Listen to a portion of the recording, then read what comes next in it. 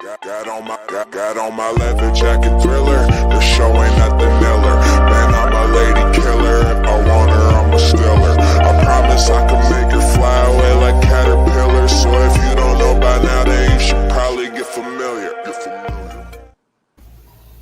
Hey everyone. Welcome to the Vaughn Agency Ask the Expert. It is a steamy Monday afternoon in New York City. And our expert today is Sal Calise from Best Ad Promo and Best Ad Printing. Welcome to the show, Sal. Hi, Leticia. You're always so kind. I don't know, expert? I don't know. Oh, you're an expert, that's for sure. And joining us too is my partner and our producer, George Passariello. And it's good to see you, George. How are you? Staying cool? Yeah, so far so good. Just trying to de-blur myself. The producer is having a problem producing. So because it is we have a heat wave going on, it may be because there's so much political hot air being ejected into the universe with campaign season going on. We thought that it would be great to have Sal on the show. And let me tell you a little bit about Sal. Sal has done everything interesting in his life, from being a producer of off-Broadway plays to being a nightclub owner, and then he segued into selling printed materials for political campaigns, for small businesses, for nonprofits. Sal donates a lot of money and a lot of his collateral to small profits from around the country. And Sal's worked on some really, really great political campaigns. And we had the benefit of working together on George W. Bush's campaign, on George Pataki's campaign for governor, and on Rudy Giuliani's campaign for mayor. And I thought it would be interesting to take a step back in time and compare some of the candidacies from then to what's going on now in New York City and New York State. So welcome, Sal. I know you have some great stories to tell, and I know our viewers are going to want to hear from you. So why don't you start off by telling us how you got involved in Broadway, off-Broadway? Why don't we go back to how I got involved in politics? 1972. I was a kid. My friend Joseph said, hey, this guy's giving money to hand out literature. And so we did the lid drop door to door, and Joe Neglia goes to pay us. I says, no, I had too much fun doing it. You don't have to pay me. He goes, hey, kid, you got to come to the club. And they sponsored me as a teenage young Republican. I wasn't even quite a teenager at the time. And I remember going to Albany and meeting Governor Rockefeller, and that was it. I was hooked. It's like a drug, politics. And so that's how I got involved in politics, way, way back. Richard Nixon's re-election campaign. And then the off Broadway was John Genet's Death Watch and the remake of Hair. When I had a bar, one of the bartenders, as we know, you bartend just to survive and to make money to do what is your true love. He says to me, maybe you can help us get some investors and what have you. I want to do this play. And I said, sure. Well, it was so easy, getting some customers to invest in this. And it was a lot of fun to do. We didn't make money in it, but it was a lot of fun doing it. And then that was, the first one was the remake of Hair. Then we did John Genet's Death Watch, but that was really interesting. And it lasted a couple of months, but again, no money. But it was fun. And how I got into this business that I'm in now, when I was in college, I worked for this guy, Al Lemishaw, and selling promotional items and printing. And then when I was in the bar business, we wanted T-shirts, and it was like astronomical in price. What are you, crazy? So I remembered where Al used to get the T-shirts from, and and before you knew it, other bars said, "Oh, those were great. Can you get me some?" I didn't know I was starting another business, and that's how I got into what I'm in now. You know, And you've had some interesting clientele in the business you're in, clientele in the business that you're in now. I mean, you've worked on a lot of campaigns. What was your most interesting campaign? interesting campaign. It has to be. It has to be Giuliani's campaign when he won the first time. That was truly exciting, and we did this thing called, I named it actually, the Giuliani Blitz. And what happened was it was the last weekend of the campaign, which was ironically Halloween weekend. Yes. And we brought in, the RNC agreed that if we brought YRs in, young Republicans from around the country, they would pick up the hotel tab. So we brought in YRs from as far as Washington State. Literally took over the Roosevelt Hotel on 45th Street. Yeah. We had 470, I think 78 YRs between New York and around the country. And some stayed right up until Election Day. All right. But the interesting thing was, we did a rap party the weekend. Again, it was the night before Halloween, and we did it at Webster Hall. And Webster Hall is in the East Village. And originally, yeah. And originally, Giuliani was scheduled to show, promise, and then they were going to pull out on me. I'm like, because they were afraid of protesters. I'm like, we have a private room. You can't pull out. There's no way you could pull out.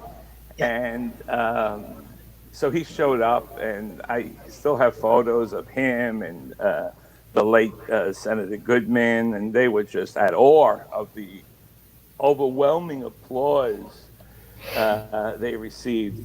But now we were there earlier, obviously, than the club opened. This was like 8 o'clock, 9 o'clock, in a private room downstairs. But a lot of people stayed there when the club did finally open.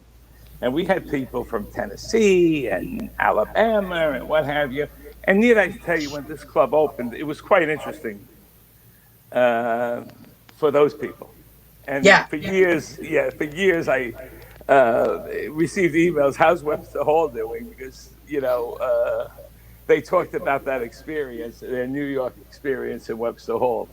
But some people stayed up until Election Day, doing ballot security with their sons brawl and what have you, and it was quite hilarious. But ballot security was important because the election prior to the 93 election, David Dinkins, it was said that whether it's true or not, but we saw bus loads of people coming up from the South and voting in New York elections. And so it was really, in New York, ladies and gentlemen, for those of you that are watching us from around the country, look, ballot security is always important, and the right to vote should always be made available to people. But in New York, Republicans are not treated very well, right? Because we're really, really a small number. As a matter of fact, there's less than 400,000 Republicans registered in New York City, and there's almost 5 million Democrats registered in New York, 4 million Democrats registered in New York City. And so it was stated that people who were not supposed to be voting at all were voting in the mayoral race, which was 1989.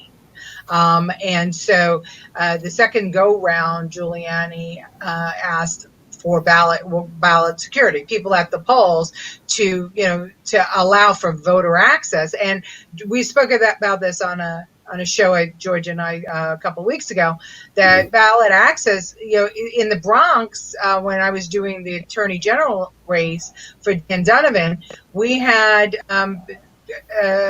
people say that this wasn't the polling site for Republicans. If you were a Republican, you had to vote in a different polling site. That happened And last our election too. yeah, our lawyers were surprised. So I'm sorry, didn't mean to cut you off, Sal, but I wanted to No, remind our you're viewers absolutely why right. balance security. And that's how Bill Powers, our state chairman, created ballot security. Roman attorneys, not Roman, but where we had attorneys go around to the different polling areas, making sure that the next election was not stolen. And actually, we had proof the night of the very first election that there was ample fraud, but Giuliani did not want to drag it out in court. He chose not to do that, and he actually took the high road. He did. Yeah. So, but that was probably one of the most exciting campaigns. You and I spoke of this the other day about having felt this in a long time. But this is something that we need. We're going to go on to Pataki next, where you and I were very involved. And Governor Pataki was one of the greatest uniters. I mean, he fooled many, many people on how he worked with both sides. And this is what we need today.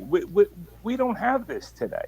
No, we don't. Yeah. We don't have the one thing we learned in kindergarten, first day in kindergarten, what do you learn? Play nice with your classmates. That's right. And this is what made Reagan, even though I was a Bush supporter over Reagan at the convention, but Reagan, a great president, he was able to work with Tip O'Neill for the good of the people. You know, there's no more, you get elected by your party, but you ultimately go to represent the people. So, you know, you need to represent the people, which are the people are Republican, Democrat, liberal, conservatives. That's right. You have to represent all, and we're forgetting that. It's, you know, it's like, in all due respect, I mean, when you're in Washington or you're in Albany, you have to say for the good of the people. You have to put the party aside, and it has to be for the good of the people. Yeah, well, we're more polarized now than we've ever been, it seems, in our country. I mean, it's blatant.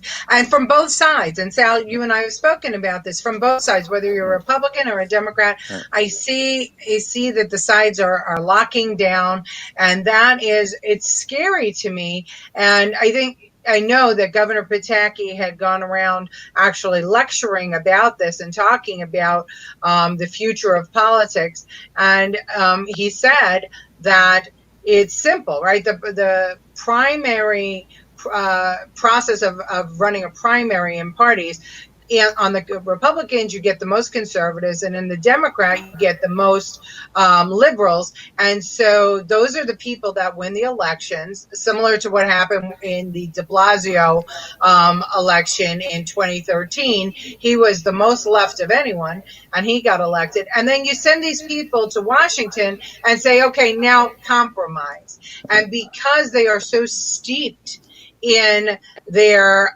position, and we see it with AOC, we see it with Ilhan Omar, right? These are people that had primaries against incumbents, and so they went very left, and the moderates got thrown out. And we saw it in the Senate with the IDA, right? All except for one of the independent members of the Senate, Democrats, were primaried and lost. And then we say, now represent everybody. And it can't happen. It can't happen when you're so steeped in your politics, and your politics is that severe. Right. How do you run in the middle? That's the problem with the system, too. And I don't know how it gets addressed, but you never see a race where people go, yeah, that's a good point. You know what I mean? There's no middle anymore. It's hard left, hard right. I don't know how we correct it. Well, I think that, you know, in my opinion, the Independence Party is going to have a resurgence in New York City, especially, and maybe even nationally, if they can get themselves on the ballots around the country. Because George, you and I have spoken about this. People want independent thinkers. And I know in my race, I'm going to seek the Independent Party nomination because I'm a Republican. I will never stop being a Republican. I will die a Republican no matter what happens. And my job will always be to work inside my party to make it less severe and to make it more welcoming to all.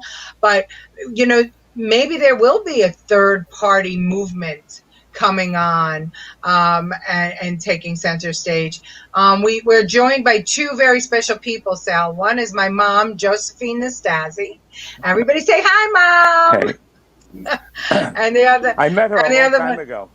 yeah. The other one is John Curley. He was a guest on our show before, and John says the people you mentioned, Leticia, they are no longer politics. They treat it like a religion, and they are fanatics. It's Well said. Well, not Pataki. Not Pataki. yeah, well, that's Not true. Pataki's not a fanatic. No, he's not. No, he's not. I think that he meant the people that I was mentioning were the people who vote in the primaries and who win the primaries. I'm sorry. Yeah. I think that George Pataki, showed us that New York has a red, it's a blue-red divide, Yeah. but it's definitely, there is a red section of New York, and to just label us a blue state is just not great. And the movement towards secession for some of those red counties is going strong. But Pataki was adored by the people even in New York City. He won in New York City, right? Yeah. Why do you think that is, Sal? He always took the high road. Took the high road. And and look what he did for the environment. He was one of the best governors in the country for the environment. Right. A matter of fact, Battery Park, I remember doing a whole bunch of stuff. First green building. That's right. How many years ago? 2004 that was? Oh, yeah. The green buildings in Battery Park City. I was on that committee to create the first green guy and the Solaire. And we did the environments for that. I remember that. That's right. But why don't we have more green buildings in New York by now? I mean, all these other politicians that, say how, we are, going green. 2004, we haven't gone green anymore. Well, what we did with Battery Park City was a master plan that stated that all buildings must be green. And at the time, Bloomberg adopted those guidelines into New York City. And believe it or not, there is a sustainable committee within New York City that is supposed to foster more green buildings in New York City. It was very, very strong under Bloomberg, but it's, believe it or not, under de Blasio, it actually lost its steam, and they're not building green buildings. And he's saying it's too expensive, which is bullshit, because we proved that it is better for everyone, and it's not more expensive. Well, let's. I'm sorry. Go ahead. I was just going to continue. When I became the chair of the Community Board 1 in Staten Island, when we had people in front of us for a variance, we mandated, even though there was nothing on the books that could force it, we mandated that if they wanted the variance, they had to give back to the community. And how we did that was we told them that they had to have green building modifications to their buildings. And you want to know what? The developers were happy to do it. Things as easy as low-E glass, right? And planted roofs when the roofs were flat, and white roofs when the roof were flat, and low flush toilets, things like that. It's an amazing savings to water, and it reduces the greenhouse effect, and it reduces heat island effects, and it benefits all New Yorkers. So all of this could be adopted, and it can actually be, it could actually happen even without fines, and regulations. You just have to have that conversation. Right. And let's talk expense. Like, okay, if I make one of these mugs, it's going to be more than making 100, right? Yes. So the same thing with if you make a solar panel. If you make one solar panel, or you make 10,000 solar panels, of course 10,000. Think of the flat screen TVs. When you bought the first flat screen TV, it was $5,000. Yeah. Now they're cheaper than the TVs we bought 20 years ago, and they're better. So unless we start adopting this and mass producing it, of course it's always going to be expensive. 40 years ago, we talked about cars running without gas, and we're still talking about it. Yeah.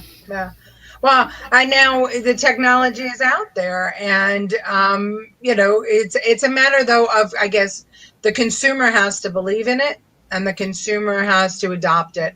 And I thought we were on a good trajectory in 2000s with, the green, adopting green guidelines for New York City and around the country. But since then, I think it's more an anomaly. You don't see But it as often. if Governor Pataki became president, or if Governor Pataki was still governor, we would be more green. That's the point I'm making. Agree. Hey, listen, I was all for Pataki being president. I was with him to the end, and So was I. yeah, he didn't catch on. And then I went for Marco Rubio because I thought he was really smart, and I thought that he had some really great ideas. But now we have President Trump, and I think that President Trump, interestingly, has. Oh boy, he's got the world on his shoulders, right? I mean, not since Jesus Christ but it's true, right? Not since Jesus Christ have all the powers that be been against one person, so much so vocally. It's just amazing. But do you remember when we first met? It was when you had your job as, speaking of Governor Pataki. You were what is that position called? Regional Affairs. Regional Affairs. And boy, did you do a great job. You were all over the place. Thank you. You worked with the Republicans. You worked with the Democrats. Again, that's what we need. We need someone that will work with both sides for the good of the people. You need somebody that, sort of, that's what borough president is. Isn't that a public interest, sort of, Supposed to be. Yeah, it is. I thank you for bringing that up, Sal. Yeah, I mean, look, the borough president is the voice for Staten Island, because the powers that the borough president has is limited. It's really land use and budget related, and the borough president has to be the cheerleader for Staten Island. And obviously Sal is alluding to my upcoming campaign for borough president in 2021. And, my goal would be to not just talk about Staten Island being a stepchild, but to have Staten Island actually cut a swath through the crap that we have to deal with New York City, and actually be celebrated. And we should be celebrated, because it is literally the one community that has more homeowners, single family homeowners, than any other community in New York City. It is an oasis amongst a jungle of large buildings and really liberalism, in New York City. And we have a lot of great things that happen here in Staten Island that people don't celebrate, because they think that somehow we're backwoods because we're so conservative. And my goal is to make everybody take notice of Staten Island in a positive way, instead of it just, our old garbage dump, if you will. Yeah. But you're speaking of, a friend of mine that lives in Brooklyn. His wife works by City Hall, and every day lately he's been picking her up because of the concern of the protesters. I mean, it's gotten so out of hand, with the shootings and all that's going on, that we don't have a handle on this. It's such a disgrace, It's such a disgrace. It is such a disgrace, but fortunately for Staten Island, I have to say that I think our borough has shown itself as being above the rest, because we had Black Lives Matter protests here, but we didn't have the destruction here. And we had as many unity rallies and unity marches as maybe even more than Black Lives Matter marches. And not, I hate to say Black Lives Matter marches, because it's not exactly that. It was the defund the police marches, which were a little bit different than the messaging of Black Lives Matter. And I've spoken to a lot of clergy, a lot of people who are with the church, and they want the police in their community. Right. They don't want the police gone. Well, that's so ridiculous, defund the police. How about doing some more accountability, like having them, once they clock in, the camera automatically goes on, something like that. They can't shut the camera off. How about some accountability? And Yeah, I that's don't it. know if that was their goal. It seems, the BLM, the Black Lives Matter, sentiment is clear to me. Of course, they do. The Black Lives Matter organization is Marxist, so they're looking for chaos. You can't get chaos with a simple solution like that. So it's In my scary. opinion, every life matters, but I'm not everybody. Yeah. I hate when we segregate groups. I think by doing that we're being counterproductive, and that goes with every group. And I think why we didn't have uh, mayhem here in Staten Island is because the elected officials that are elected here, Republican and Democrat, work together. That's Work right. together. When Matt Tatone was in the assembly, he used to work with Nicole, so on and so forth. I mean, everybody works together for the good. That's what we need again. We need that. We need that. We don't see this in Washington, not at all. Or even in the city council. We started out with when Corey Johnson became the city council majority leader, the speaker. He doled out the Lulus and chairmanships to the three Republicans that actually serve in the city council. But now we can already see what's happening in the city election.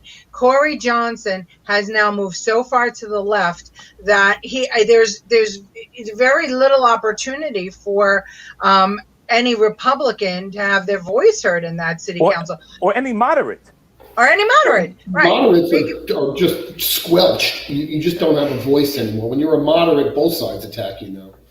Well, we saw it even in these recent primaries that just passed in June. Elliot Engel, right, lost his seat.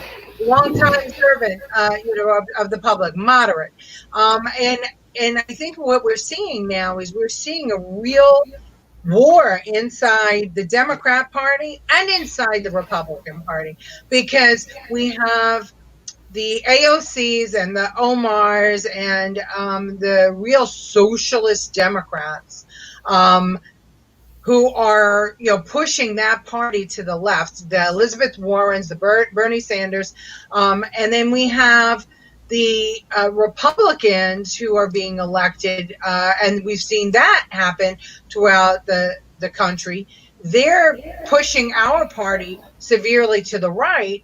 And how do you have a conversation with someone when you start out with so much hatred? And you could see it even with these protests, right? I mean, you have the mayor of Portland, you have the mayor of Seattle, saying, we don't want anything from Trump. We want you out of here. Trying to turn the tables and say that Trump offering to send military support into their community to put their hands around, to squelch the chaos that's going there. They're trying to make that like it's a bad thing, when the majority of people around America think they want law and order. They don't want these protesters unchecked, and they don't want further damage.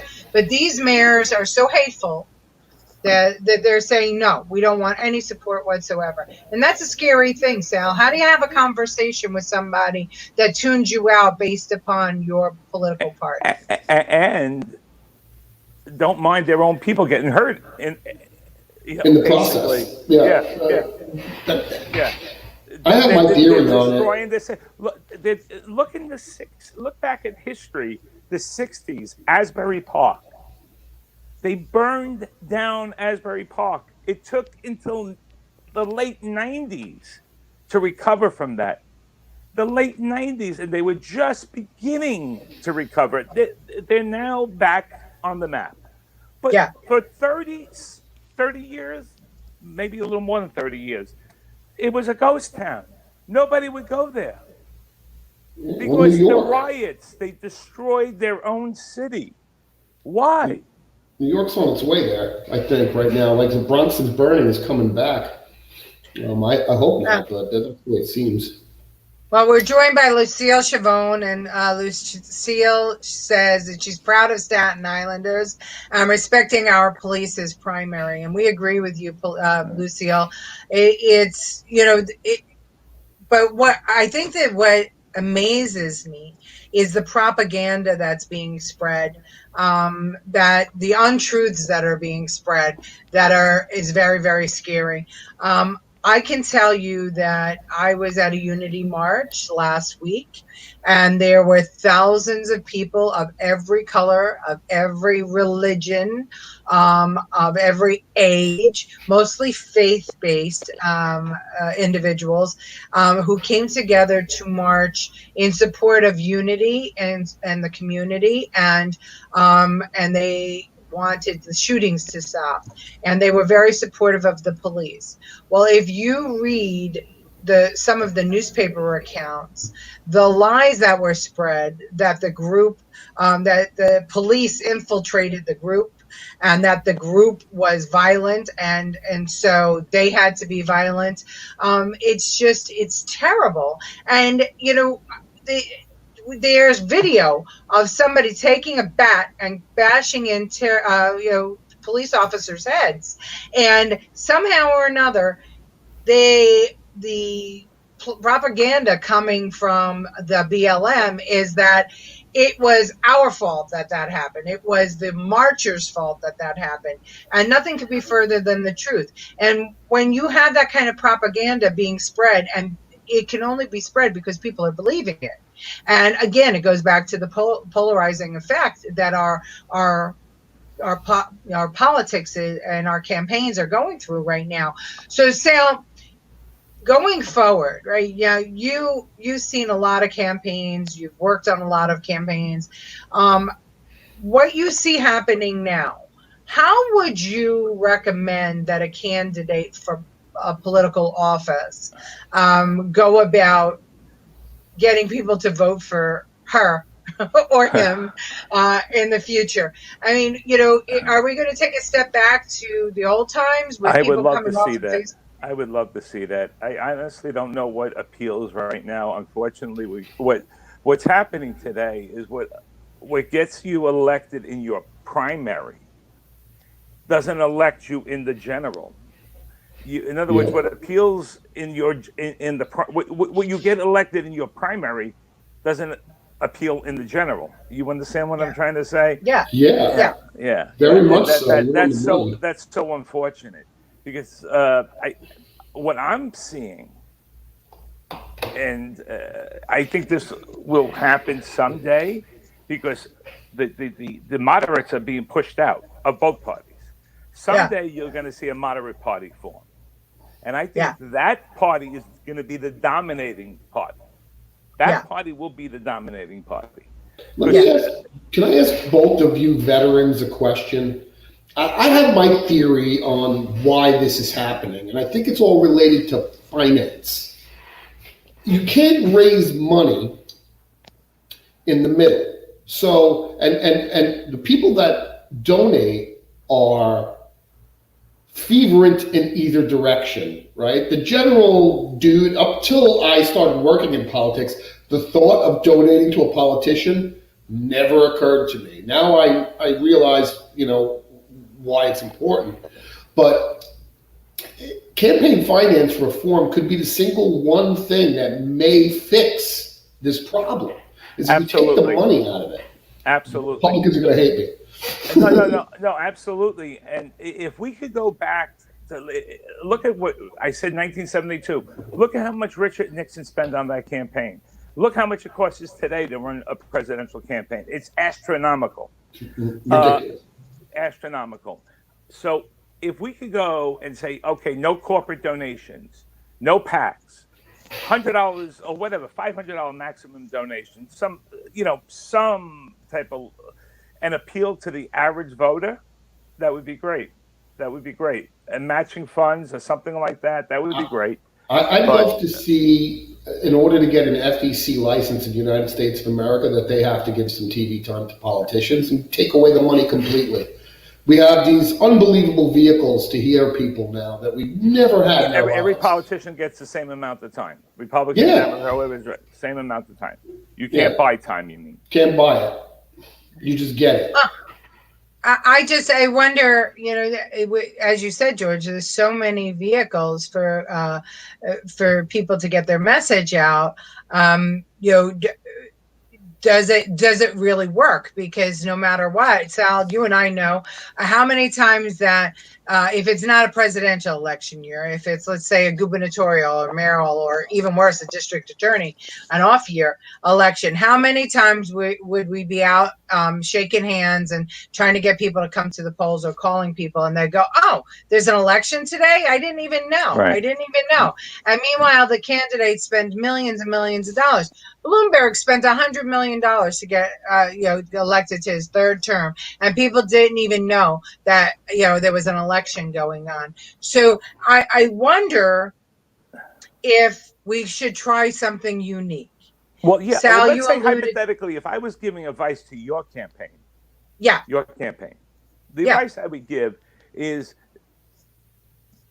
the person I first met and the person you are. Labor, your husband, right? Yeah. Labor. Yeah. The real that you work from doing door to door to where you are today, all the people you helped. That's so important. Empathy is so important.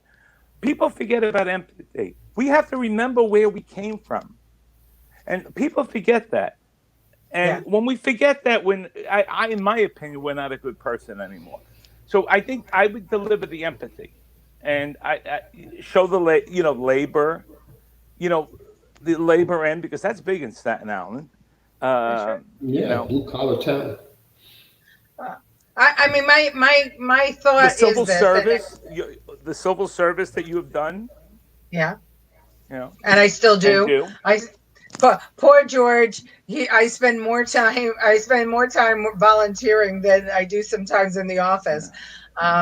Well, you know what? Here's my thought. And I tell this to George. Look, I'm going to have a primary, and that's fine. And I have no resentment towards it. And because the tools in my belt are different than the tools in Councilman Mattio's belt. And I respect Councilman Mattio greatly. I supported him, in his primary when he was running for city council. So there is absolute respect from me to him. And we've had this conversation.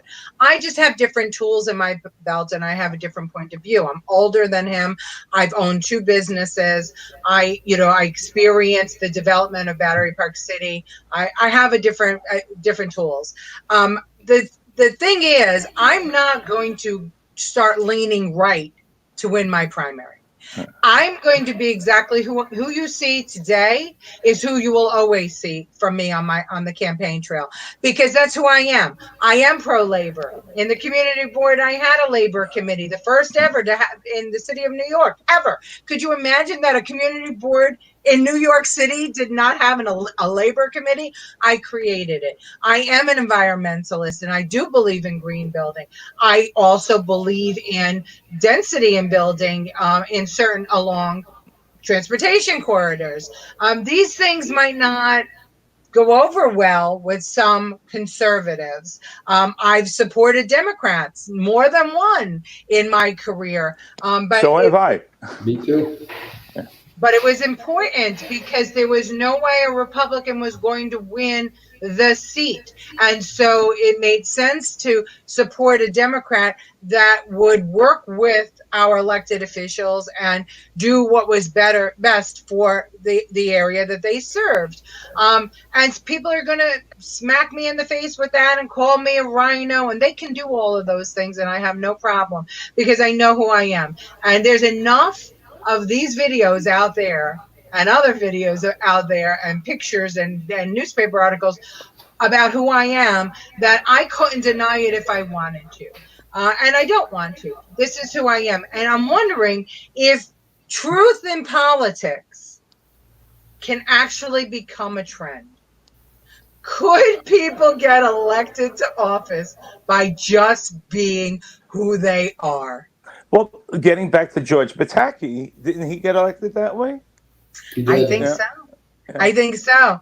The one thing about George Pataki was that he was honest as the day is long, and he never ran from who he was, and he never swayed. I mean, he created some of the gun laws, and I remember you do too, Sal, right? When he started talking about having to lock up your ammunition separate from, where your gun was. The activists And upstate that were was going right. That was crazy. very, very unpopular for Republicans. It was very Like unpopular, but he did. he was betraying the Republican, the Yeah, upstaters but or he what did. have you. Yeah, He did, Yeah, and, you and know he what it never is? he, Go it's ahead. he never unheard of tried to for a be something he was. and he got elected 3 times. Yeah, Absolutely, yeah. And if you absolutely. remember the first time, and in all honesty, I think the old machines in Brooklyn, because I know some of the workers in Brooklyn.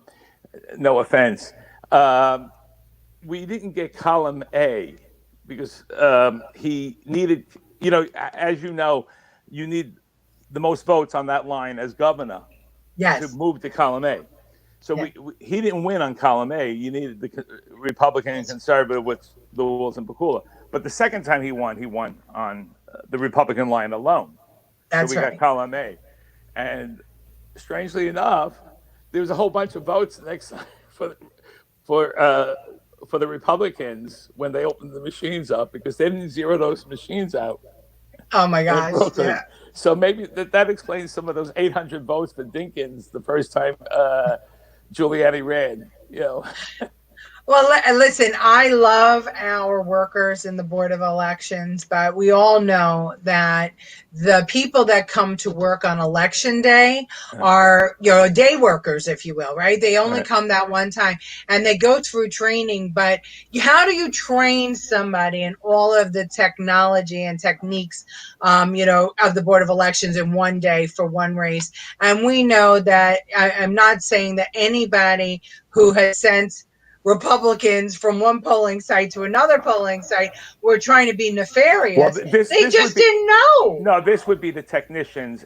But again, some of those technicians were temps, so That's they right. right. How many temps? Because it's interesting that the Board of Elections is not well funded in any, I don't care where you go. That's the last place that they think of, giving a large amount of funding. To me, like the police should be not be defunded. They should have more funding. So they have more training and they have more stability and they have more units that can be specialized in certain areas so that you're not Exactly. How about increasing the community offices to right. get to know Right. the community? Maybe increase beat offices and get to know the community better and what have you. There's things we could do. Fix the problem other ways That's to right. know the Instead of community. condemning a whole Right. segment of men and women who go to work every day, kiss their family Right. goodbye, and never know if they're coming home again, Right. and then you're going to throw. We saw it when we talked on our last guest. Our guest was Vito Bruno, who's running for state senate for Marty Golden's seat in the 22nd, and he was at a march, and they threw vomit and eggs and all kinds of terrible stuff at the Yeah. police. And the police had to stand there and take it. What other vocation do we have out there that we're supposed to, they're allowed, just expected to stand there and take it and not get angry and not respond? No other. And nobody should ever treat another like that. And torching the vehicle down by the what was it, the first or second day, Oh, yeah. torching it, and then they were complaining that they drove slowly into the crowd. The mayor said, "Oh, we have to look into that. These cops just saw another vehicle being torched. Yeah. What are you gonna think if you're in that vehicle? What, you're gonna just I'm sit getting out there? of there. Yeah, Yeah. You're gonna just sit there." Yeah, it's to me, I think that we need to get our priorities straight, not only in the city but in the country. And again, the funding streams for police, for military, for teachers, for Board of Elections, right? For election or vote workers in the Board of Elections, wherever they are. These are immigration. These are very, very important places for us to be, focusing our funding and also our training, because these are the things that keep us free. And frankly, to know that our Board of Elections is not funded correctly and not trained correctly is so scary, because it's a function of the state, and then the state gives it down to the counties, and that it's not the first priority is the scariest thing to me, because you know what, guys? If we don't get that right, We then don't we have get democracy. nothing right We have in no, America. right. We have no democracy. Right. Nothing right in America. And now we have mail-in ballots, and now we have this multiple primary, the ranked choice voting. It's there's so many changes taking place. So I think that we've got to get the funding stream straight. John Curley says giving into bullies does not make them go away. That's agreed, John. So John, Lucille, Mom, everybody out there watching, and there's lots of you that aren't commenting. Tell me, what do you want to see in your elections? Tell me and Sal, because it'd be important to know what it will take to get you to come out and vote in primaries, if you're not already a primary voter, and how you would like your information delivered to you. Is it mail? Is it phone? Is social media? Email? What is it? And while you're thinking up some questions for Sal, here's my question to you. So, do you think the candidates are going to go back to mailing, or have you seen a breakaway from candidates doing mail in the recent past? Oh, this past year, definitely. Oh, there's like hardly any mailing. I haven't. What we've been receiving is like maybe some postcards, but after this COVID thing, I mean, like it's a fraction of everything. I mean, even lawn signs and stuff, we're down so much. As you know, I've done many campaigns with lawn signs, and we're hardly doing any, really. Because how do you call someone and say, "Can I put a lawn sign on your lawn?" when you don't even know if they're working? Yeah. Think about it. And mail that you open. Yeah. Are you getting anything that you open? I once in a while I do. I get something from a candidate, but I'm thinking that if we're seeing mail-in ballots this year, that and people are home, that maybe they will pay more attention to their mail than they did in previous campaigns, because they are home. Go ahead, George. Well, we hope there's they a open trend it right now for mail. The younger generation, what's after millennial? Remind me, because what's the new generation after millennial? Oh, Generation Z. Generation Z loves mail. So I think, and that's a business shopping thing that I'm getting this information from, but I think we're going to see in the next cycle or two a pickup in mail being as effective like it used to be. The kids love mail. They feel special when they get that mail now. And there's so much cloudiness in this internet, even for them, that I think mail's the old standard again. So hopefully we see a little comeback there. Well, it'll be good for Sal's business, definitely.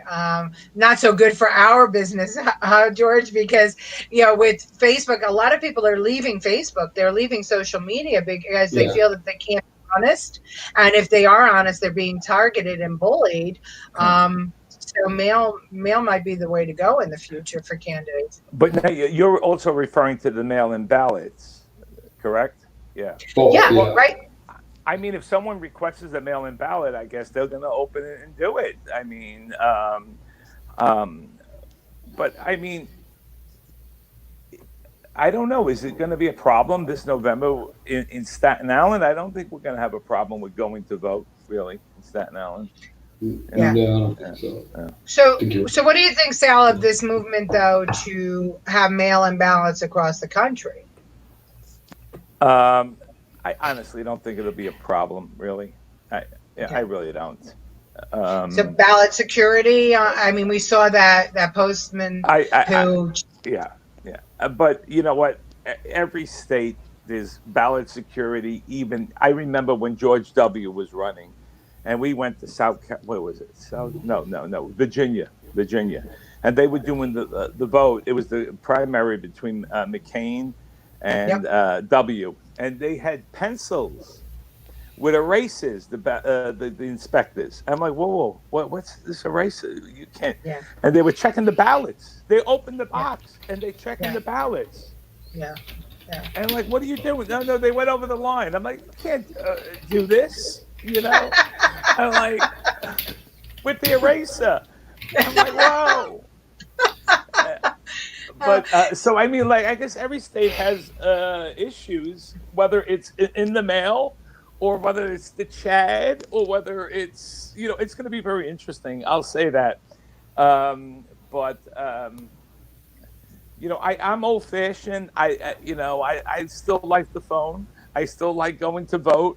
I think it's part of America. It's just it's part of your thing. You got to go vote, and that's But I it won't hurt to go do a mail-in if you have to. If you're old, I'd rather have someone vote by mail than not vote at all. I do advise the campaigns. Like I told this to Nicole, go out there and make sure you reach out to every senior and get them to get their mail-in ballots. Because I know that's going to be an issue with the senior centers and what have you. Because I know the other one is working that hard. Well, they're not going to automate it for the general, right? You're going to have to request your mail-in ballot for the general. I don't think so. I think that there'll be a request, but they're going to mail out again to everyone that application to so that you can do that. There are some states though that are sending out the ballots themselves, and we saw it last time. We saw it in the primary, and we may see it again in November. So that's interesting. Now, we're joined by Michael Tobman. My concern with that is when you mail a ballot out and that person goes to vote, let's say that state mails the ballot out. Yeah. Okay? Yeah. And that person goes to vote. And then there's the ballot, and that's going to be a nightmare, of course. Yeah. Will they be able to process that? I doubt it, Well, they will if they adopt our plan that I came up with, George. Sal, I said from now on we need to use fingerprints. Everybody who registers to vote needs to give their fingerprint, because that technology is there and it's used by law enforcement, and it's already it communicates nationally, and your fingerprint would go on your ballot. And it would go, if we can even do electronic voting with the fingerprint now, right. And you only get one ballot. So if you go to vote and you electronic and you mailed it in, doesn't matter. You only get one, and the system would actually say, okay, this is the one vote, and that's it. Each person gets one vote. And eventually you could do it online that way. That's right. Exactly. Yeah. You could do it on your iPad or your phone. You just do the scan. You vote a ballot comes out, and that would also stop you from being registered in South Carolina and New Hampshire. There are some people that are registered in 2 states. It would also be able to purge the voter rolls from the dead, right? Because if that person doesn't have the fingerprint after a certain amount of time, because they can't vote anymore. They're not eligible. They have to, re-up it. There's so many things that a thumbprint can do. And also, my favorite thing about it is that you can't have ballot suppression anymore. Right? We see that the question in Georgia where they said that hundreds and hundreds and thousands of Black people did get a chance to vote. Well, if you've got a fingerprint, embedded ballot, that has to connect with your fingerprint, you can't suppress the vote because you could do it by mail, you could do it on your phone, and everybody has an iPhone nowadays. I mean, whoever doesn't, I just don't know. At least they have an iPad or a computer, and it just wouldn't make sense. It would be one person, one vote, and I think too that it would be interesting to see what happens in very densely populated blue cities.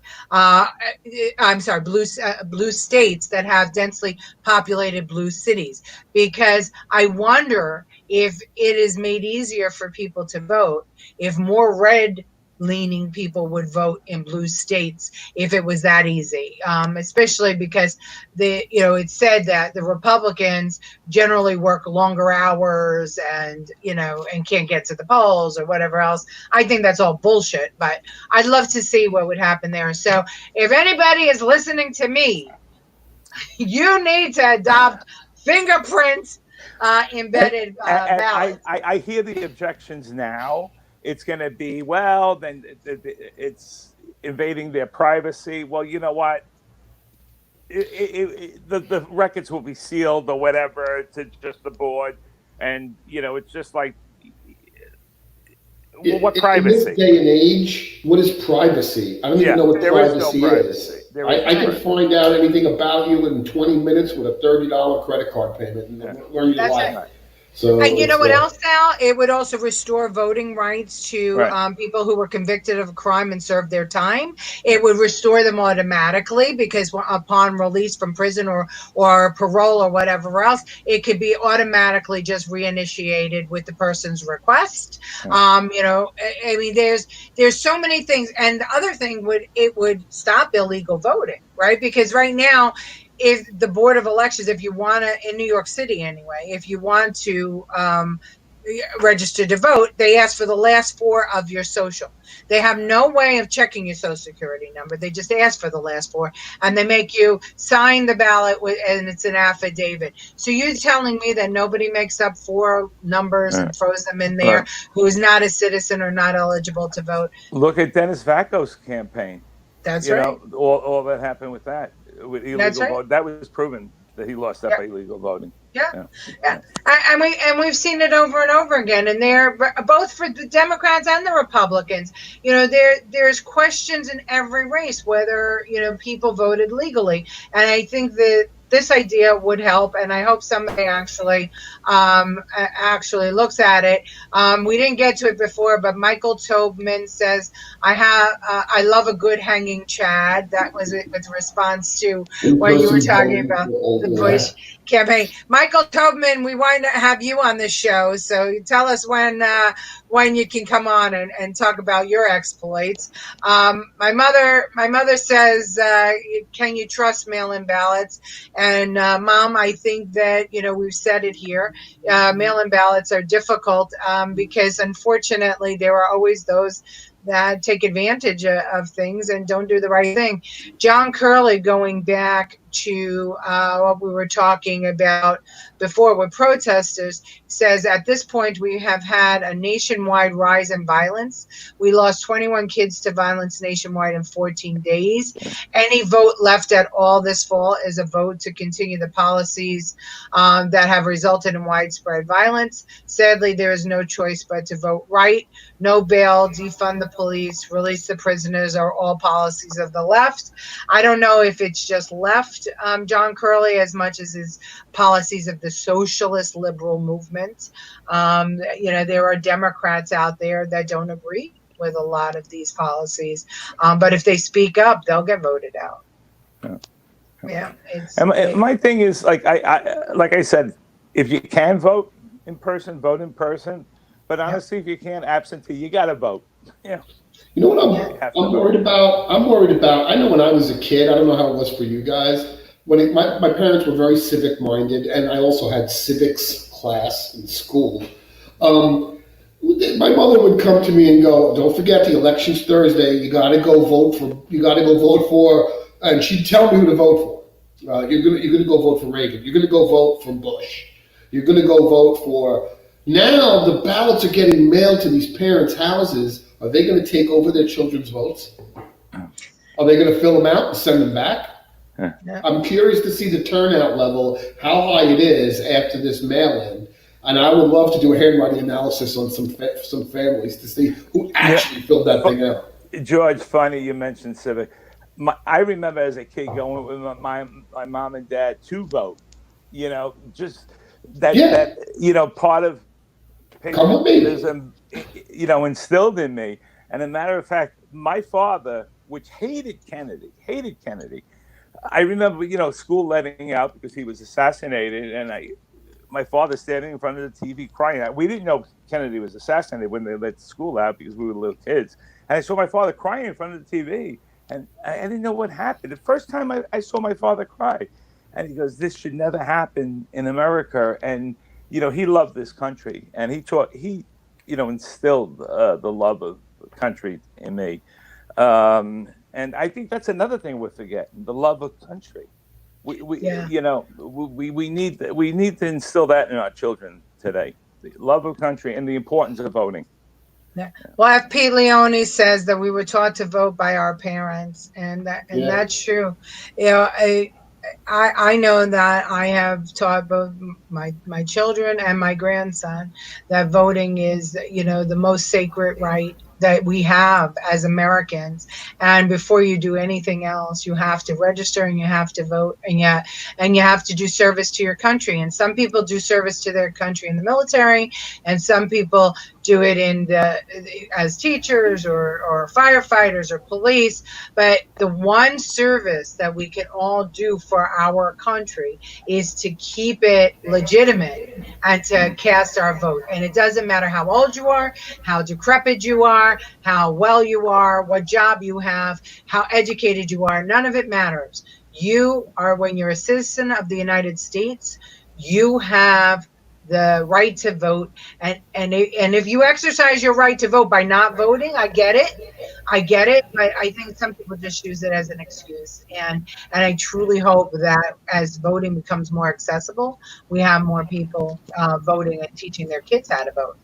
And my mom Josephine reminds me that my parents taught me how to vote as well. I remember the first election or campaign that I was really hot on was the Nixon McGovern race, and my parents were McGovern supporters because my parents were love children in the 70s, and my parents were McGovern supporters.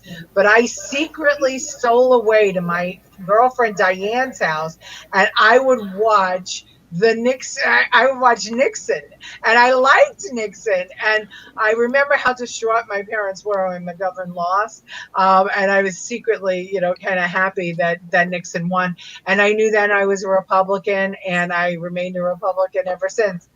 So John Gurley says, agree, Leticia, there are good people on the left, however, they have largely remained silent, and when they do speak out, they are attacked. The loons run that asylum. I normally consider candidates not party, but I wouldn't take the chance they wouldn't stand up to the mainstream.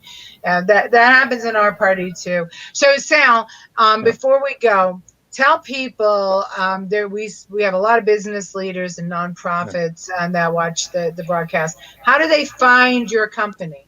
On our website, bestadpromo.com. And we have guaranteed lowest price. We have locations all over the country, meaning we fit people. If you're ordering from California, we're not going to ship you signs from New York. So, a lot of people don't know that we probably use the same suppliers that Staples uses, or I know for a fact that UPS uses. So the UPS store uses the same people I use. So, but you get a better price from us. So that's about it. We've been doing this for a number of years. We know what we're doing, and we try to give the best price. And thank you for allowing me to give that little plug there.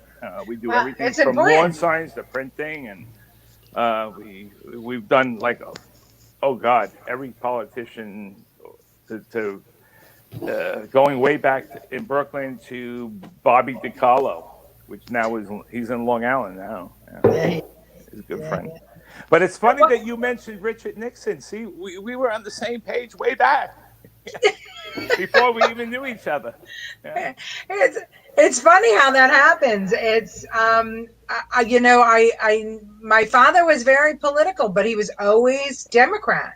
Always, and my grandfather was a Republican, but my grandfather didn't talk to me about politics. You know what he talked to me about, Sal? My grandfather and my father were born in Italy, and my grandfather talked to me about the love of America. And when I was little, he taught me how to count to 10 in Italian, and he would give me pennies, 1 penny for every number that I got to. And he taught me some words. But when it came for him, I asked him to teach me how to speak and to speak to me in Italian, and he said to me, "No, we're American." Yeah. We speak American. When you go to school, you have to speak American. When you go to work, you have to speak English. He called it American, but obviously he meant English. And for him, there was always a flag outside his house. Every election day, he went out to vote. Every time the president was on TV, he'd stand up as the president came in the room and then sat down. My grandmother, the same thing. And my grandmother, who protested, it's so funny, she protested his kidnapping of her and bringing her to America because her family was still in Italy. And so she refused to learn English. So I spent a lifetime speaking English to my grandmother answering back in Italian.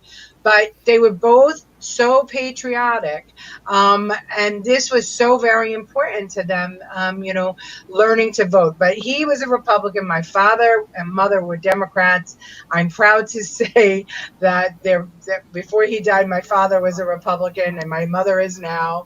And so it's interesting. And for me, being a Republican was about opportunity. Yeah, because to me, the Republican Party was a party of freedom and liberty, because it was the party that freed the slaves. And people forget that. People forget that. Yeah. And we opened more doors than anyone, and people forget that. I remember reading about slavery in my civics and my history classes, and being heartbroken, and knowing that Abraham Lincoln freed the slaves was, to me, that connection becoming Republican, because in our family, we have always had a big tent. We've always had friends from all cultures, and it just seemed a good fit for, it was the right fit for me. And I'm not saying, look, the Democrat Party is the Democrat Party, but, at any rate, we want to say goodbye to our good friend Sal Calise and say thank you for being with us today, Sal. Good seeing you guys. Friday, it's me and George giving you a rundown of the week and what's happened. So tune in at 2:00, and he and I will go on our merry way, giving you a rundown of all that's happened politically in the week. We'll hit the headlines on Friday. Well, good seeing you guys. Thanks, Sal. Thanks, Sal. Looking forward to an exciting campaign, Leticia. Thank you, Sal. Thank you for all your plug of me. All right. Bye, everybody. See you Friday.